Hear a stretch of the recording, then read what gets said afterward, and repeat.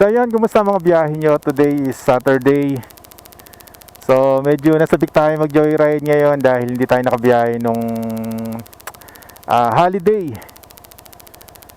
So ayun, nakarating ako dito guys sa Silang. Medyo liblib na tong lugar na to.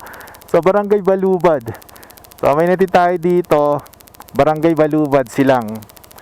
So ayun, sabi ko nga baka maraming balubad dito eh. Alam niyo ba yung balubad? So ayun, nagsimula ako kanina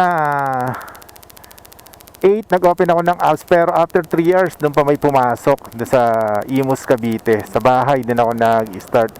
So 3 hours bago tayo pasukan ng booking. So after nun, nagdire-diretso naman yung biyahe natin. Oy, Paps, ano? Nakapaghatid ka dito? Sa? Oh, dito rin, puro dito lang din ako. Oh. Yeah, may kasama ako tropa dito. Oh. Wala, hindi ako nakagawa, Paps eh. Saan ka? Taga saan ka? Imus lang ako sa Lijan. Oh, Lijan 2. Oh, madami rin pasahero doon pa. Oh, pagkatid ako dito. Saan ka nagsimula? Binyan, Laguna. Oh, grabe yun, rating mo no.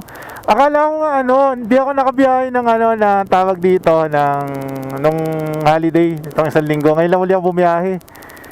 Oo, akala ko matumal. 3 years ako naka-open kanina sa Lydia, walang pumapasok. After 3 years may pumasok. Ay, nagdiretso nakarating ako ng Dasma hanggang nakarating ako dito.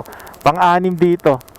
Yung ko. 1.6 pa lang ako, tumal talaga sa totoo lang. Simula nung pinakamalakas ko 29, Oo. 30 Bokya, uwi ako. Magkano inuubos mong top up kada biyahe mo? Ang top up ko isang araw, Oo. 100 ako. Umubos na 400? Malakas, okay na rin biyahe mo. Ako minsan lang eh. 300, masaya na ako. 1.5 na yun. Oo, uwi na ako. Na ako nun. Ngayon medyo parang tutumalan din ako eh. Ah, Hmm.